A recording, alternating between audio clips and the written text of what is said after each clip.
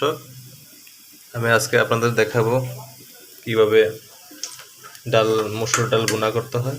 আমি প্রথমে তেলের ভিতরে পেঁয়াজ কুচি দিয়ে দিয়েছি এবং পেঁয়াজ কুচিটা অলরেডি বাদামি বর্ণের হয়ে গেছে। আমি এখন মসুর ডালটা দিয়ে দিব।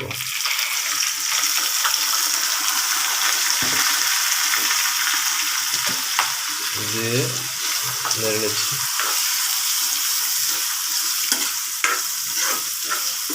আপনারা খুব সুন্দর এর ভিতরে কয়েক পিস কাঁচা মরিচ দিয়ে দিয়েছি। আপনারা চাইলে খুব সহজে অল্প সময়ের ভিতরে আপনারা মসুর ডালটা ভুনা করে নিতে পারেন খুব সুস্বাদুভাবে।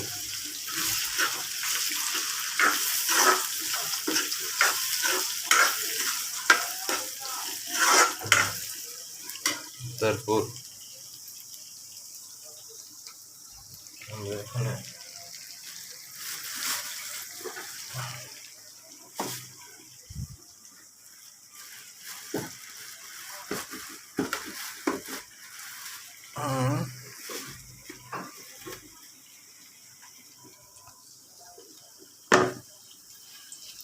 লবণ অ্যাড করে দেব স্বাদ মতো। যে পরিমাণে লবণ খান এইভাবে আমরা অ্যাড করে দেব লবণটা।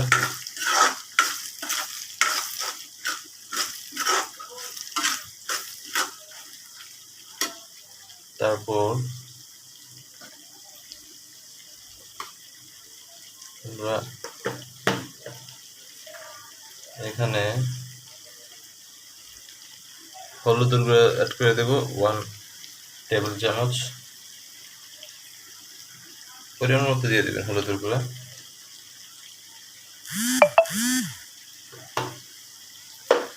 তারপর আমরা মরিচের গুঁড়া অ্যাড করব। যে যেরকম মরিচের গুঁড়া খান, মানে যে যেরকম জাল খান তার উপর ডিপেন্ড করে দিয়ে দিবেন। আমি একটু জলটা বেশি খাই তাই আমি একটু দিয়ে দিলাম।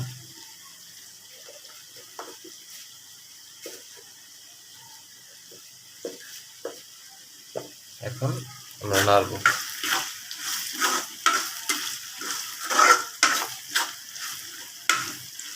এটা আমাদের ভুনা ডালের কালার ফ্লেভার দুইটাই চলে আসছে।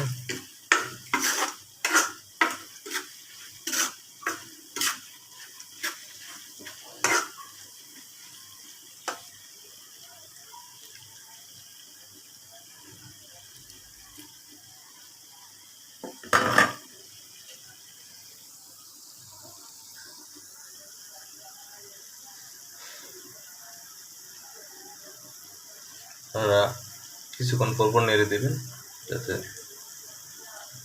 ডালটা না পড়ে।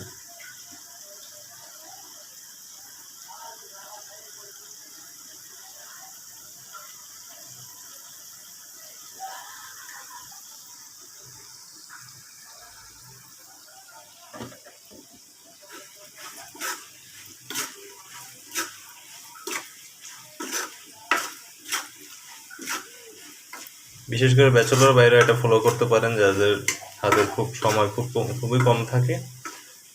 যারা অফিস করে বা স্টুডেন্ট আছেন, মেসে থাকেন, তারা খুব কম সময়ে চটপট করে ডাল ভুনা রান্না করে ফেলতে পারেন।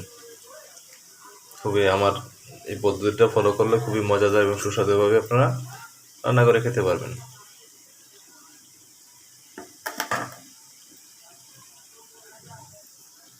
স্বাদটাও অরট পাবেন।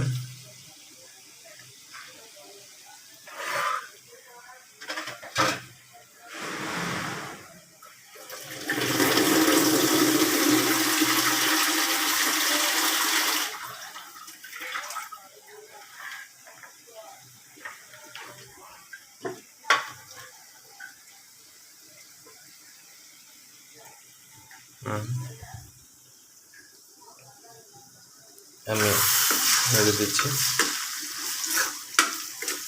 যখন আমার ডালটা একটা ভাজা একটা ভাব আসবে, তখন আমি এটার ভিতরে পানি দিয়ে দিব।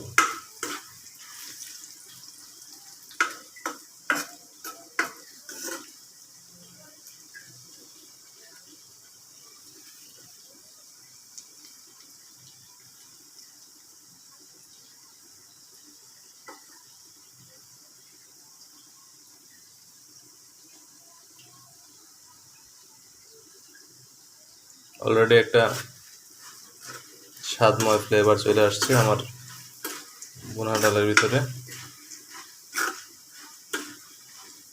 ভুনা ডাল রান্না করে এবং সুস্বাদুভাবে রান্না করে এটাই আইডিয়াল প্রক্রিয়া। আপনারা যে কেউ এই প্রক্রিয়াতে আমরা ভুনা ডাল রান্না করলে অবশ্যই খুব মজাদারভাবে খেতে পারবেন।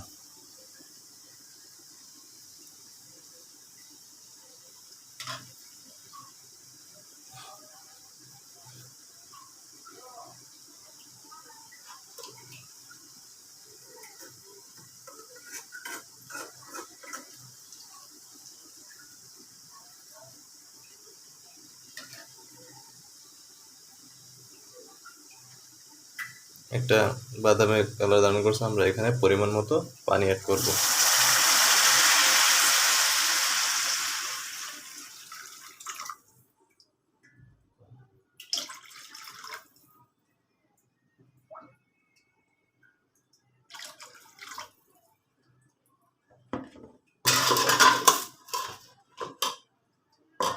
পরিমাণ মতো পানি অ্যাড করে তারপর একটু নেড়ে দিব। নেড়ে দিয়ে আমরা সুন্দর করে ঢাকনা দিয়ে ঢেকে দেব। ঢাকনা দিয়ে ঢাকার পর আমরা 10 থেকে 15 মিনিট পর আমরা এটা চেক করব যে আমাদের যদি পানিটা শুকিয়ে আসে, তারপরে ওটার ভিতরে আমরা জিরা গুঁড়া বা ধনিয়া পাতা দিয়ে 2 মিনিট কষিয়ে আমরা আমাদের ডাল বোনাটা শেষ করব। তো বন্ধুরা, আপনারা চাইলে আমার মতো করে এইভাবে ডাল বোনা যদি রান্না করেন, আপনারা অবশ্যই স্বাদ করে খেতে পারবেন। ধন্যবাদ।